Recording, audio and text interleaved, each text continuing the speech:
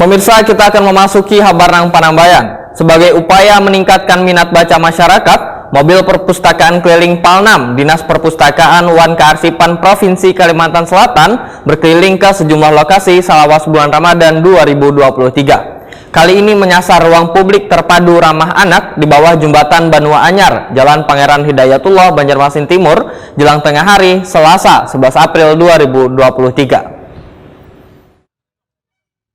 Sebagai upaya meningkatkan minat baca masyarakat, mobil perpustakaan keliling atau Pusling Palnam Dinas Perpustakaan Wan Kearsipan Provinsi Kalimantan Selatan berkeliling ke sejumlah lokasi selawas bulan Ramadan 2023. Kali ini menyasar ruang publik terpadu ramah anak di bawah jembatan Banua Anyar, Jalan Pangeran Hidayatullah, Banjarmasin Timur, jelang tengah hari Selasa 11 April 2023. Kegiatan mobil perpustakaan keliling mendatangi permukiman warga terutama di lokasi nang rami kekanakan dalam rangka mengajak generasi muda untuk gemar membaca. Sedangkan buku yang disediakan mulai dari fiksi, buku keterampilan wan buku gasan kekanakan.